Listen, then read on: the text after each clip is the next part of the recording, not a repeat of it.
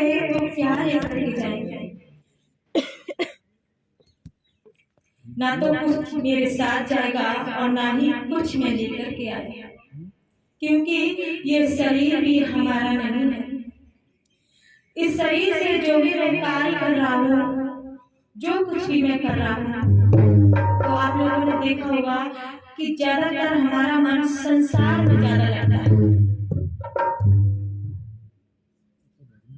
और दूर मत जाओ, अपने से सोच लो एग्जाम्पल के लिए, कि अगर मुझसे एग्जाम्पल के लिए बता रही हूँ कि मैंने इस संसार में बहुत अच्छे काम किए, बहुत लोगों के साथ अच्छी संगत की, अच्छा काम किया, अच्छी भलाई, सब कुछ मतलब अच्छा किया, तो लोग इसका प्रचार नहीं करेंगे कि ऐसे ऐसे एक भक्त ने ऐसा काम किया है, इसका प्रचार नहीं होगा। और अगर वही कोई भी किसी भी प्रकार का अच्छे को छोड़कर के कोई भी गलत काम या कोई भी बात मुझसे निकल जाए, तो मेरे भगत बंधुओं पूरे संसार में ढिढोरा गिर जाएगा। वो बात पूरे संसार में फैल जाएगी, घर घर फैल जाएगी, लोग एकजुट होकर बातचीत करने लगेंगे। तो क्या है कि गलत चीज को हम संसार में ज्यादा फैलाते हैं, उस पर ध्यान ज्यादा देते हैं। अच्छी चीज है, अच्छी बात है, उसको हम कम फैलाते हैं, उस पर ध्यान कम देते हैं। कोई गलत बात हो उसको हम बहुत ज्यादा हर तरह से फैला देते हैं, उसकी तरफ ध्यान ज्यादा देते हैं। अच्छी बात हो उस पर ध्यान हम कम देते हैं। बताओ, अगर यही संसार की कोई वैसी किसी भी प्रकार की कोई बातें होने लगे तो बहुत भीड़ हो जाएगी, बहुत ज्यादा। पता नहीं अगर ना चले कोई, अगर आगे आगे नहीं सोचेंगे, देखो आश्रम पर ये लोग क्यों जा रहे, क्या बात है, कुछ तो घर चलकर देखना चाहिए। और ये लाउड स्पीकर लगा हुआ है, हमारे गांव में आवाज जा रही है, लगभग 2-3 किलोमीटर तो जा ही रही होगी। इस सच्ची बात को सुनने के लिए हमारे कान कैसे बहुत ऊंचा सुनाई नहीं दे रहा। सच्ची बात को सुनने के लिए लोग पीछे हटते हैं, गलत बात को सुनने के लिए आगे बढ़ते हैं। बुराई सुनने के लिए हम बहुत सतर्क रहते हैं, और अच्छी बात को सुनने के लिए सुनते हैं बहुत कम, मन से नहीं, गैर मन सुनते हैं। तो क्या है, मैंने अभी बताया कि हमारे शरीर में 10 इंद्रियां हैं, 5 ज्ञान की ज्ञानेंद्रियां और 5 कर्म करने की कर्मेंद्रियां।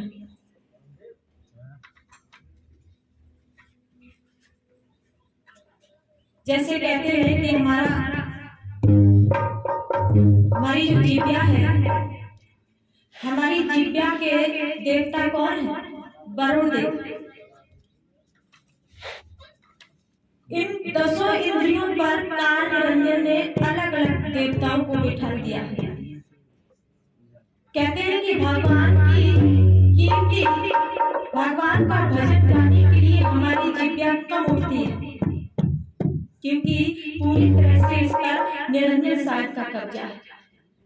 और अगर कहीं झगड़ा होने लगे, थोड़ी सी कोई बात हो जाए, तो बुराई करने के लिए, गाली देने के लिए जीभ कड़ा कर उठती जाएगी बहुत जल्दी।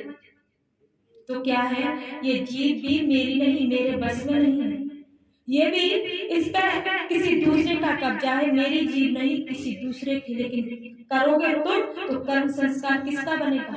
कराएंगे वरुण देव, लेकिन फिर भी कर्म संस्कार हमारा ही बनेगा। अगर मैंने किसी को गाली दी तो उसका जरूर कर्म संस्कार, अच्छा हो तो अच्छा, बुरा हो तो बुरा।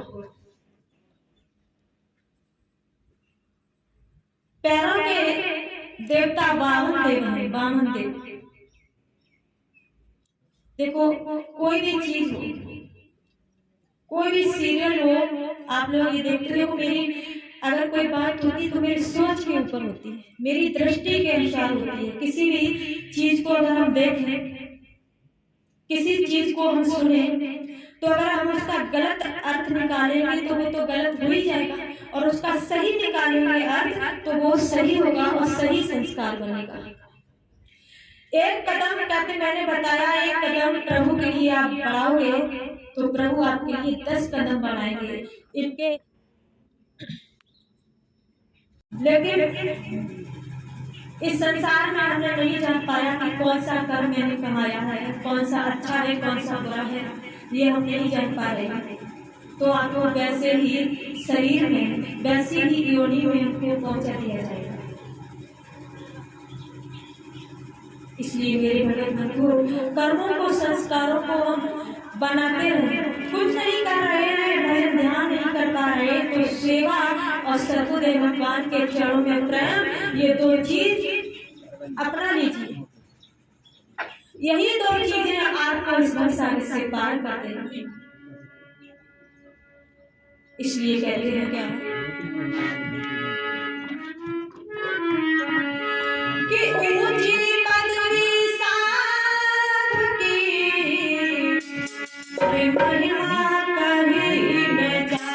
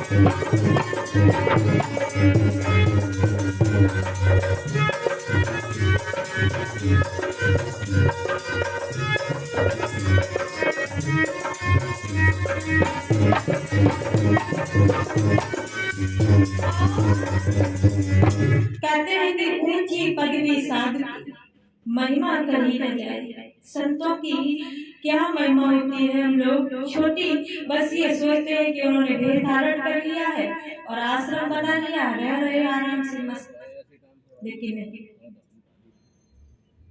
संतों की महिमा बड़ी अपरंपार होती है। ऊंची पदवी साध, संतों की पदवी सबसे ऊंची बताई गई है। कहते हैं कि सुर नर मुनि जब धूप ही देखत रहे लजा। कहते हैं कि राजा, प्रजा, देवता भी लज्जा खा रहे हैं, शर्मा रहे हैं। वो भी प्रभु से ये प्रार्थना करते हैं कि मुझे ऐसा समय दीजिए प्रभु कि मैं जहाँ भी संतों का सत्संग होता हो मैं वहाँ जाऊं, नीचे आसन पर बैठूं, सत्संग श्रवण पान करूं, उनके बताए हुए नाम का अभ्यास करूं, उनकी आज्ञा का पालन करूं, उनकी सेवा करूं,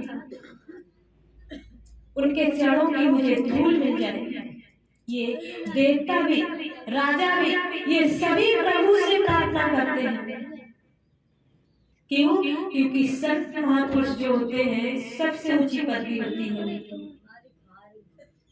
संत महापुरुष भगवान से मिलाते हैं, भगवान का दर्शन कराते हैं, मोक्ष मुक्ति का रास्ता बताते हैं, भव सागर से पार करते हैं।